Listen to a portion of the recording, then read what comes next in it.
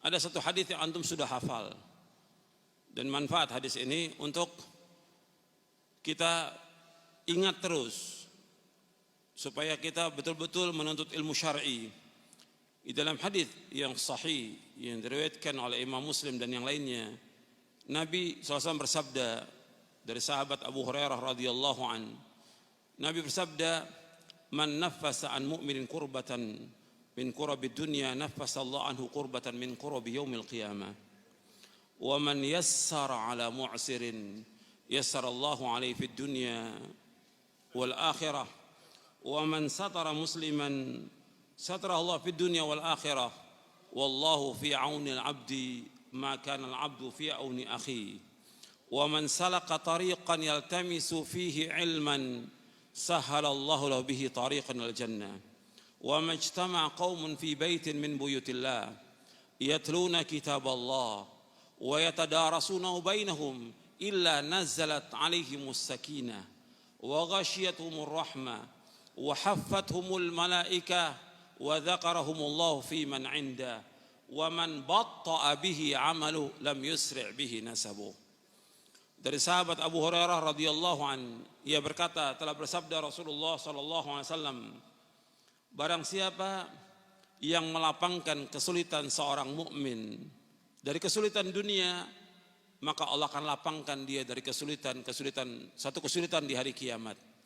Barang siapa yang memudahkan orang yang dililit utang, maka Allah akan mudahkan dia nanti pada hari kiamat. Allah akan mudahkan di dunia, Allah mudahkan di akhirat. Barang siapa yang menutupi aib seorang muslim, Allah akan tutup aibnya di hari kiamat. Allah akan tutup aibnya dunia dan akhirat. Dan Allah akan senantiasa menolong seorang hamba selama hamba itu menolong saudaranya. Dan barang siapa yang berjalan untuk menuntut ilmu, maka Allah akan mudahkan jalannya ke surga. Antum ingat tuh, barang siapa yang berjalan untuk menuntut ilmu, Allah akan memudahkan jalannya ke surga. Wa man salaka tariqan yaltamisu fihi ilman, sahalallahu lahu bihi tariqal jannah. Barang siapa yang berjalan untuk menuntut ilmu, Allah akan mudahkan jalan ke surga. Kemudian Nabi lanjutkan SAW, wa majtama'a qaumun fi baitin min buyutillah yatluna kitab Allah wa yatadarasunahu bainahum illa nazalat alaihimus sakinah wa ghashiyatuhumur rahmah wa haffathumul malaikah wa dzakarahumullahu fi man indah. Dan tidaklah berkumpul satu kaum di satu masjid dari masjid-masjid Allah yang mereka membaca kitab Allah dan mereka pelajari, mereka kaji kitab Allah itu, melainkan yang pertama akan turun sakinah, ketenangan. Yang kedua diliputi oleh rahmat Allah SWT. Yang ketiga dikelilingi oleh malaikat. Yang keempat Allah akan sebutkan orang-orang yang hadir oleh Allah, disebutkan di hadapan para malaikat yang berada di sisi Allah SWT. Wa man batta'a bihi 'amaluhu lam yusri' bihi nasabuh. Barang siapa yang lambat amalnya, tidak dapat dikejar oleh nasabnya. Itu perhatikan ini. Ini hadis manfaat. Ada di Arba'in An-Nawawi hadis ini. Hadis sahih riwayat Muslim. Yang pertama Nabi sebutkan, kalau ada teman kita, saudara kita mengalami kesulitan, kesusahan, bantu, jangan diam kita. Dia seorang muslim, kita kenal, kita tahu, apalagi dia saudara kita, tetangga kita, dia sulit, bantu. Allah akan hilangkan nanti kesulitan kita nanti pada hari kiamat. Orang yang memudahkan, orang yang dililit utang, dia nggak mampu untuk bayar, susah hidupnya, dililit utang karena dia nggak ngerti. Dia berutang orang miskin, kita bantu untuk bisa membayarkan hutangnya. Atau dia hutang pada kita, yang kita lihat nggak mampu dia untuk bayar, kita bebaskan.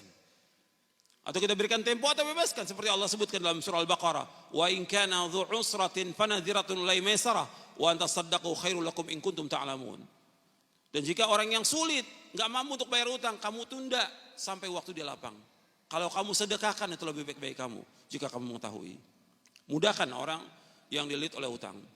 Kemudian yang ketiga Nabi sebutkan, barang siapa yang menutupi aib seorang muslim, Allah akan tutup aibnya dunia dan akhirat. Jadi nggak boleh kita menyebarkan aib seorang muslim, apalagi dia orang-orang yang saleh, orang-orang yang baik, yang taat kepada Allah, taat kepada Rasulnya. Yang keempat, Allah akan selalu menolong seorang hamba selama hamba itu menolong saudaranya. Selama kita menolong seorang hamba, menolong seorang, Allah akan tolong kita. Yang kelima, Allah sebutkan barang siapa yang berjalan untuk menuntut ilmu, Allah mudahkan jalan ke surga. Itu perhatikan tuh. Maka nggak boleh kita lepas untuk menuntut ilmu. Sampai kapan menuntut ilmu? Sampai wafat.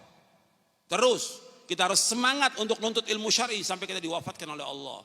Belajar Quran dan Sunnah menurut pemahaman salafus soleh. Wajib gitu loh. Yang pokok yang pertama kita kaji tentang akidah. Kajian tentang akidah, bukan kajian tentang tematik, bukan. Bukan yang lain, bukan ceramah umum. Kajian Al-Quran was Sunnah ala fahmi salaf. Akidah yang pokok yang pertama kali. Kemudian selanjutnya barang siapa yang berkumpul di satu masjid, dari masjid Allah. Di masjid, kajian itu di masjid, bukan di rumah, di masjid. Barang siapa yang ngaji di masjid, nuntut ilmu di masjid, belajar di masjid, dia kaji kitab Allah, maka 4 Allah Nabi sebutkan. Yang pertama apa? Turun sakinah, ketenangan. Beda dengan di rumah, beda di tempat lain. Di masjid turun sakinah, ketenangan. Kalau kita belajar Quran dan Sunnah. Yang kedua, diliputi rahmat Allah yang sangat luas. Dan kita selalu mengharapkan rahmat Allah. Yang ketiga, dikelilingi oleh malaikat. Kalau kita nuntut ilmu, malaikat itu mengepakkan sayapnya. Semua malaikat bersayap. Semua malaikat bersayap. Dia kepakkan sayapnya karena apa? Menghormati orang-orang yang nuntut ilmu. Nabi bersabda SAW, innal malaikata la tada'u ajnihataha li talibil ilmi ridhan bima yasna'. Sesungguhnya malaikat mengepakkan sayapnya kepada orang-orang yang menuntut ilmu, ridho dengan apa yang mereka kerjakan. Ridho dengan orang menuntut ilmu. Maka antum sungguh-sungguh nuntut ilmu, jangan malas. Rajin dan perhatikan, ikhlas karena Allah, catat apa yang disampaikan. Kemudian yang keempat disebutkan lagi bahwa orang yang nuntut ilmu itu, yang belajar Quran dan Sunnah, itu Allah akan sebutkan nanti di antara para malaikat yang berada di sisi Allah. Kemudian terakhirnya dia di sini, waman batta'a bihi amalum lam yusri' bihi nasabuh. Barang siapa yang lambat amalnya tidak dapat dikejar oleh nasabnya. Karena yang dipentingkan dalam Islam ini amal, ilmu dan amal, bukan nasab. Meskipun dia mengatakan keturunan ningrat, keturunan nabi, keturunan rasul, orang yang mulia, tetap di hari kiamat Allah akan nilai bukan nasabnya. Allah nilai apanya? Amalnya. Likullin darajatum mimma amilu. Semuanya akan diberikan derajat tergantung dari apa yang mereka amalkan. Bukan nasabnya, bukan. Amal. Yang dipentingkan dalam Islam ilmu dan amal. Ikhwani fiddin, azakumullah.